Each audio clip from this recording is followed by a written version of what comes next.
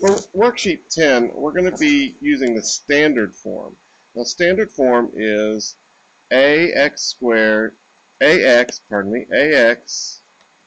something times x plus by something times y equals some number c. As you can see, all of these fit into that. Okay, so the way we're going to do this, again, you actually can't do this on the calculators without changing it into y-intercept form. So you have to learn how to do this by hand. So the easiest way to do it is to take 2 points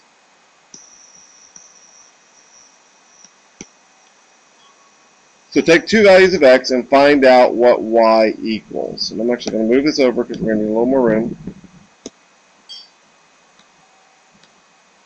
2 points for x and find out what y equals. An easy point to start with is when x equals 0. So if x equals 0, then we get 2 times 0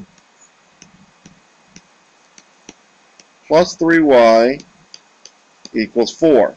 Well, 2 times 0 is just 0.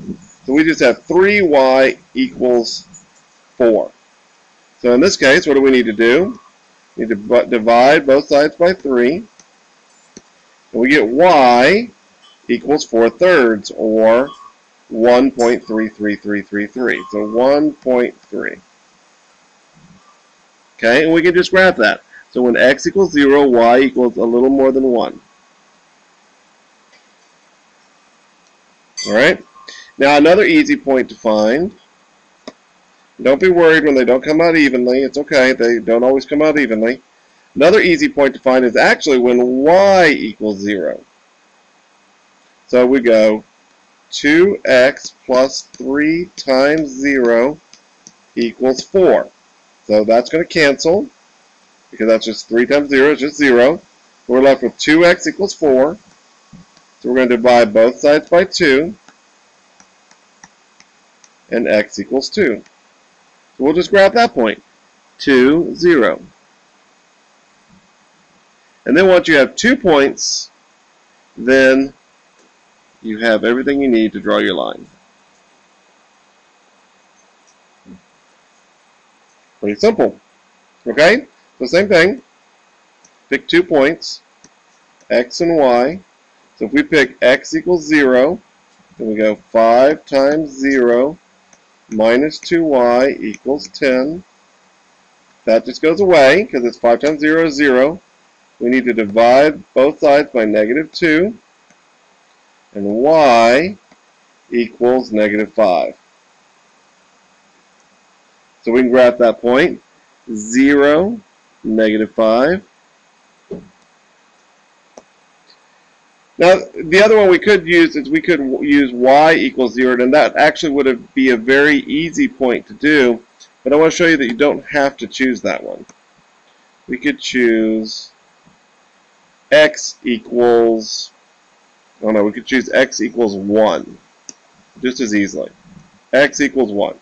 So we go 5 times 1 minus 2y equals 10, and then 5 times 1 is 5. 5 minus 2y equals 10. We need to get the term with y alone. So we're going to subtract 5 from both sides. -2y equals 5. Divide both sides by -2. And y equals 2.5. Actually, -2.5. So when x is 1, y is -2.5. Now what would have happened if I had gone ahead and done the other thing that I mentioned in doing y equals 0? Would that have made our line different, or would it have all been the same?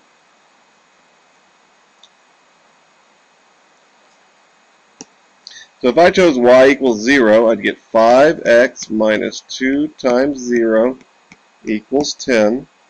That would just go away because it's just 0, right? I'm going to divide both sides by 5. And x equals 2. So when y is 0, x is 2. So when X is 2, Y is 0. If you'll notice, that's on the same straight line. So it would not have mattered at all which one we chose.